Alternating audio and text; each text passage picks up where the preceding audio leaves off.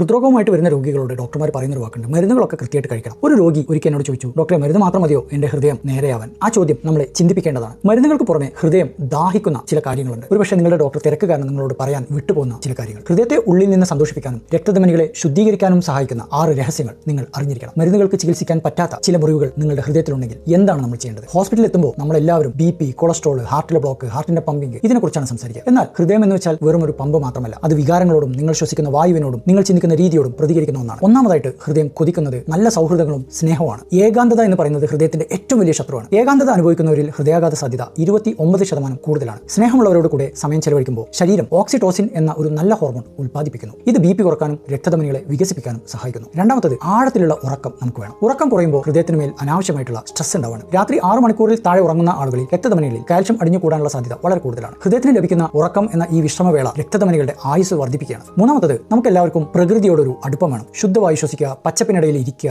ഇതെല്ലാം ഹൃദയത്തെ ശാന്തമാക്കും. Forest bathing അഥവാ കാട്ടിലൂടെയുള്ള നടത്തം സ്ട്രെസ് ഹോർമോൺ കുറക്കും, ഹൃദയമിടിപ്പിന്റെ താളം മെച്ചപ്പെടുത്തും. ദിവസം ഒരു 20 മിനിറ്റ് പ്രകൃതിയോടൊപ്പം ചെലവഴിക്കുന്നത് BP കുറക്കാനും സഹായിക്കും. നാലാമത്തത് വയറ് നിറയെ ചിരിക്കാന്ന് പറയില്ലേ, എന്ന് വെച്ചാൽ ഹൃദയമൊക്കെ തുറന്നുള്ള ചിരി രക്തധമനികളെ വികസിപ്പിക്കും. ചിരിക്കുന്ന സമയത്ത് എൻഡോർഫിനുകൾ പുറത്തു വരുന്നു. ഇത് രക്തധമനികളുടെ ഉള്ളിലുള്ള എൻഡോത്തീലിയം എന്ന് പറയുന്ന തൊലിയെ ആരോഗ്യപ്രദമാക്കുന്നു. ഇതുവഴി രക്തയോട്ടം 20% വരെ വർദ്ധിക്കും. ദിവസവും കോമഡി ഷോകൾ കാണുക, ഫ്രണ്ട്സിന്റെ കൂടെ തമാശ പറയാ, ഇതൊക്കെ ആൻജിയോപ്ലാസ്റ്റി പോലെ തന്നെ ഗുണകരമാണ്. അഞ്ചാമത്തത് ആരോടും പരാതിയില്ലാത്തൊരു മനസ്സ്, അല്ലെങ്കിൽ എല്ലാവരോടും നന്ദി പറയാനുള്ള ഒരു ആറ്റിറ്റ്യൂഡ്. ഇതെല്ലാം ഹൃദയത്തിന്റെ ഭാരം കുറക്കും. ജീവിതത്തിലെ നല്ല കാര്യങ്ങളെക്കുറിച്ച് ചിന്തിക്കുന്നവരിൽ ശരീരത്തിലെ നീർക്കെട്ട് കുറവാണെന്ന് പഠനങ്ങൾ കാണിക്കുന്നുണ്ട്. ആറാമത്തത് ഇടയ്ക്കിടെ ഭക്ഷണം ഒന്ന് ക്രമീകരിക്കുക. അതിനായിട്ട് ഇന്റർമിറ്റന്റ് ഫാസ്റ്റിംഗ് ചെയ്യുക. ഒരു 12-14 മണിക്കൂർ ഇടവേളയിൽ ഭക്ഷണം കഴിക്കുന്നതിന് ഇന്റർമിറ്റന്റ് ഫാസ്റ്റിംഗ് എന്ന് പറയാം. ഇത് ഇൻസുലിൻ സെൻസിറ്റിവിറ്റി വർദ്ധിപ്പിക്കും, ശരീരത്തിലെ ചീത്ത കൊഴുപ്പ് കരിച്ചു കളയും. അതുകൊണ്ട് തന്നെ അല്പം ഉപവാസം ഹൃദയം കൊതിക്കുന്ന ഒന്നാണ്. ഇനി നിങ്ങൾ എന്താണ് ചെയ്യേണ്ടത്? ഒന്നാമതായിട്ട് ദിവസം 1 മണിക്കൂറെങ്കിലും ഫോൺ മാറ്റിവെക്കുക. നമുക്ക് വേണ്ടപ്പെട്ടവരോട് നേരിട്ട് സംസാരിക്കുക. ഇത് നമ്മുടെ സ്ട്രെസ് കുറക്കും. രണ്ടാമത്തത് ശുദ്ധവായു ശ്വസിച്ചുകൊണ്ട് പുറത്ത് മരങ്ങൾക്കിടയിലൂടെ കുറച്ചു നേരം നടക്കുക. ഒരു 20 മിനിറ്റെങ്കിലും നടക്കുക. മൂന്നാമത്തത് ദേഷ്യവും പകയും ഹൃദയമിടിപ്പ് കൂട്ടും. അതുകൊണ്ട് മറ്റുള്ളവർക്ക് മാപ്പ് കൊടുക്കുക. അതൊക്കെ നമ്മൾ നമ്മുടെ ഹൃദയത്തിന് കൊടുക്കുന്ന